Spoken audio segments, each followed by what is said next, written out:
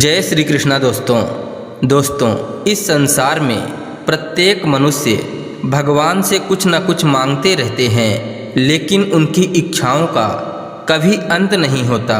भगवान से मांगने पर उन्हें मनवांछित फलों की प्राप्ति भी हो जाती है, परंतु फिर भी उनके पास कोई न कोई समस्या बनी रहती है। दोस्तों, आज की इस वीडियो में हम इसी से संबंधित आपको एक कहानी सुनाएंगे। तो चलिए दोस्तों, आपका ज़्यादा समय न लेते हुए कहानी को प्रारंभ करते हैं। दोस्तों, एक बार माता पार्वती भगवान शिव से पूछती हैं कि हे प्रभु, आपके अनेकों भक्त हैं और वो सब आपकी पूजा आराधना भी करते हैं, उन्हें मनवांछित फल भी प्राप्त होता है, लेकिन फिर भी उनके सम्मुख अनेकों परेशानियां उत्पन्न हो जाती हैं। ऐसा क्यों होता है प्रभु? माता पार्वती की बातों को सुन भगवान शिव मुस्कुराते हुए कहते हैं कि हे देवी, मनुष्य अपनी बुद्धिमत्ता के कारण ही परेशान रहता है। वह हमारी पूजा आराधना तो करता है, लेकिन उसके बदले में उन्हें मनवांछित फलों की प्राप्ति होती है।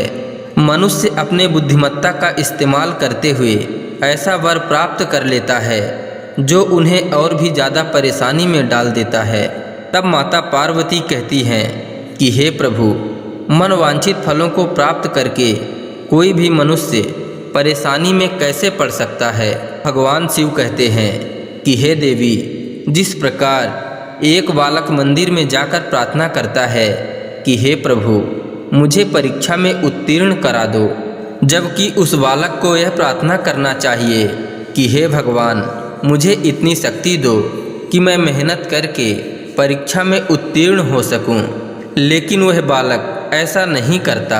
वह तो ऐसा फल प्राप्त करना चाहता है कि बिना मेहनत किए ही वह परीक्षा में उत्तीर्ण हो जाए। लेकिन यदि वह परीक्षा में उत्तीर्ण हो भी जाता है तो भविष्य के अन्य परीक्षाओं में वह अनुत्तीर्ण हो जाता है। यह सुनकर माता पार्वती कहती हैं कि हे प्रभु, फिर मनुष्य को भगवान से क्या वरदान मांगना चाहिए? यह सुनकर भगवान शिव ने माता पार्वती को पृथ्वी लोक में इशारा करते हुए बोले कि हे देवी, उस दर्जी के साथ में घटित होने वाली घटना को ध्यान पूर्वक देखो।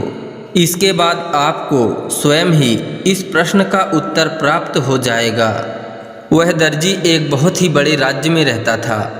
एक दिन उस राज्य का राजा भ्रमण करने निकलता है तो उसके शेरवानी का एक बटन टूट जाता है, जिससे वह राजा वापस अपने महल में चला जाता है और महल में जाकर अपने मंत्री से कहता है कि अपने राज्य के किसी अच्छे दर्जी को लेकर आओ और हमारे शेरवानी का बटन लगवाओ।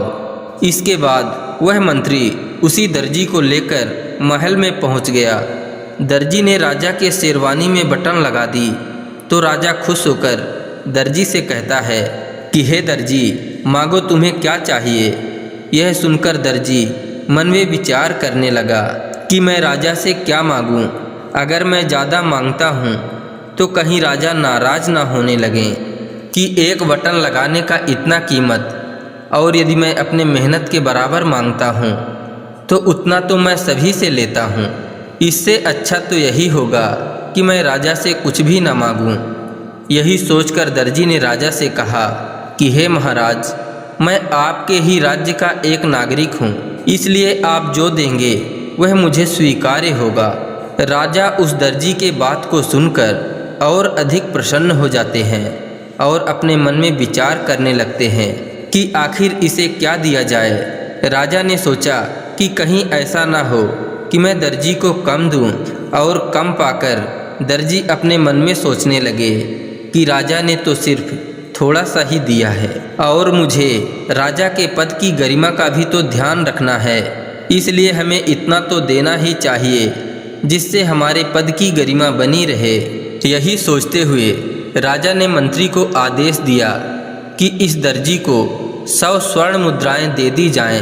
राजा के इस वचन को सुनकर दर्जी खुश हो गया और सोचने लगा, अच्छा ही हुआ कि मैंने कुछ नहीं मांगा, क्योंकि 100 स्वर्ण मुद्राओं की तो मैं कल्पना भी नहीं कर सकता था।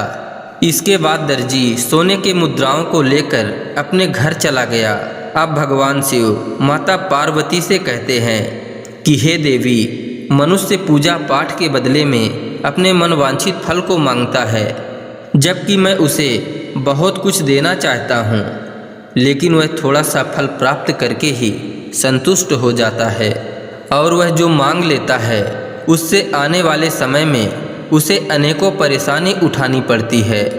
भगवान शिव की बातों को सुनकर अब माता पार्वती भी संतुष्ट हो चुकी थी। दोस्तों, हमारे धर्म ग्रंथों में, पुराणों में प्रत्येक समस्या का हल बहुत ही सहज तरीके से बताया गया है, लेकिन उसे समझना और ग्रहण करना हमारे ऊपर निर्भर करता है। साधु संत एवं महात्मा लोगों ने भी बताए हैं कि भगवान से क्या मांगना चाहिए। श्री रामचरितमानस में तुलसीदास जी ने महर्षि नारद के कथा का वर्णन करते हुए कहते हैं कि एक बार महर्षि नारद भगवान विष्णु के पास उनका रूप मांगने गए, लेकिन नारद जी भगवान से कहते हैं कि हे प्रभु, जिस तरह से मेरा हित हो आप वही करिए। दोस्तों, हमें भगवान से वही मांगना चाहिए कि हे प्रभु, जिस तरह आपके इस दास का भला हो आप वही करिए। जब आप ऐसा करेंगे तो आप देखेंगे कि आपके जीवन में खुशियां ही खुशियां हैं, क्योंकि भगवान आपकी प्रार्थना सुनकर आपके जीवन में आने वाले संकटों को पहले से ही दूर कर देंगे।